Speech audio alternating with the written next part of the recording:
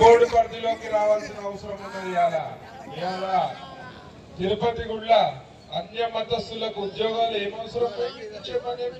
అన్య మతస్థులకి మనకున్న భక్తి అన్య మతస్థులకు ఉంటుందా?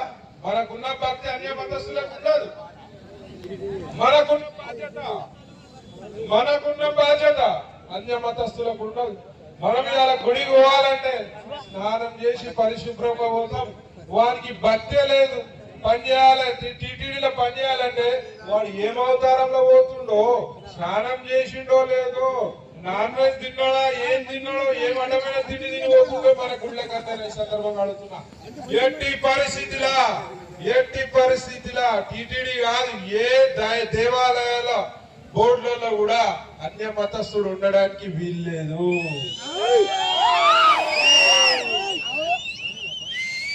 మరొక విషయం చెప్తున్నా, ఇవాళ గుళ్ళ ద్వారా ప్రభుత్వానికి, ఎండోమెంట్స్ ద్వారా ప్రభుత్వానికి అడ్డగోలు నిధులు వస్తున్నాయి. ప్రభుత్వానికి హిందువుల డబ్బు, హిందువుల సెంటిమెంట్ తోటి ఉండిలేసే డబ్బు, హిందువుల సెంటిమెంట్ తోటి దేవుడికి కానుకలు ఇస్తున్నారు. మరి ఆ డబ్బు హిందూ సంక్షేమానికి వాడిందా గత ప్రభుత్వం అని అడుగుతున్నారు.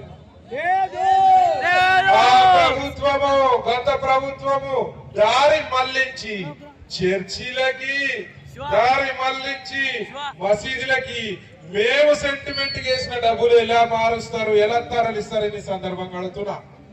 నేను అడుగుడు గారు, మీకు కూడా హక్కున్నది, మీరు కూడా హుండీలలో డబ్బులు వేస్తారు. ఎవరైనా గుడిలో డబ్బు వేస్తే ఆ డబ్బు హిందూ సంక్షేమానికి, దేవాలయ సంక్షేమానికి, గోవు సంక్షేమానికి తప్పితే వేరే రకంగా వాడడానికి వీల్లేదని తెలియజేస్తున్నా. గోవులు రక్షించుకోవాల్సిన బాధ్యత అందరిపై ఉన్నది. ఇలా తెలంగాణ ప్రభుత్వంలో గోవుని రక్షించుకోవాలంటే దునియా కేసులు పెడుతుంది. నాపై కేసులు, గోరక్షకులపై కేసులు, హిందుత్వం మాట్లాడితే కేసులు, గుళ్లపై దాడి చేస్తే పిచ్చోడు దాడి చేసిరు అంటాం.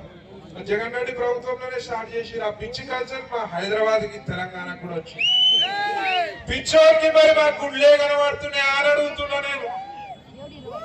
గుళ్ళే పిచ్చోడు చేతుల రాయంటే ఎక్కడనే వచ్చు కదా, మరి మా గుళ్ళే ఎందుకు కనబడుతున్నాయి? మొన్న ఇంకొక అడుగు ముందుకేసి బిల్లు తీసుకొచ్చి మాంసం ముద్దేసిరని చెప్పి ఎక్కడో వీడియో రికార్డింగ్ తీసుకొచ్చి ఆడ హోల్ సీట్ చూపించారు. అంటే ఈ ప్రభుత్వాలకి చిత్తశుద్ధి లేదు. హిందూ